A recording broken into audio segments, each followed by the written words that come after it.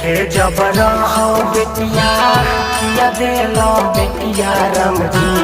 छीन के जबर हो बेटिया किया देलो बेटिया राम जी।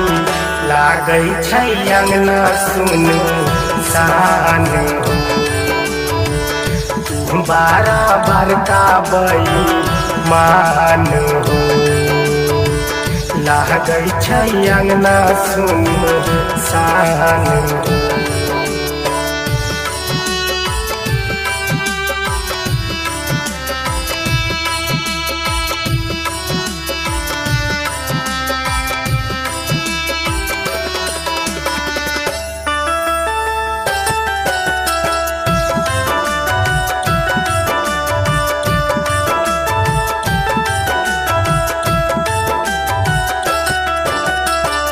चार साल के रहे बेटिया चंदा हमारी।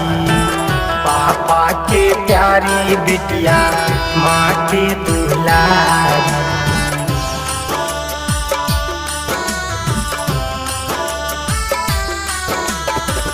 4 साल के रहे बेटिया चंदा हमारी।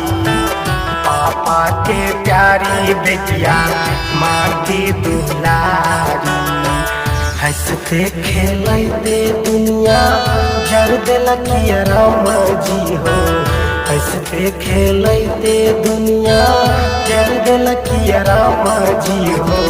हमरा लो बनला तू है बानी हो। तू बराबर का बई मान हो।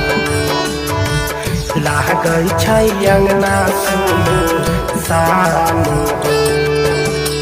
Music by Aryan Abhishek.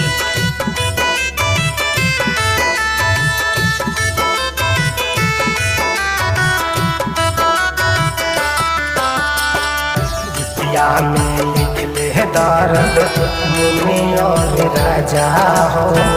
तू गंता उगना कतेला तू तो सजा हो।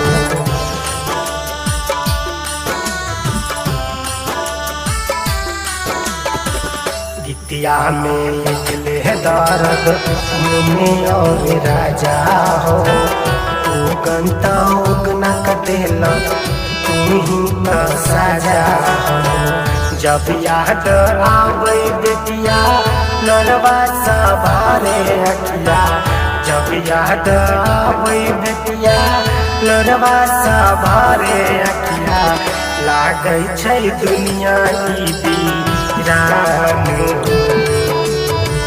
तू बराबर का बई मान हो। लागै छै अंगना सुन सान हो।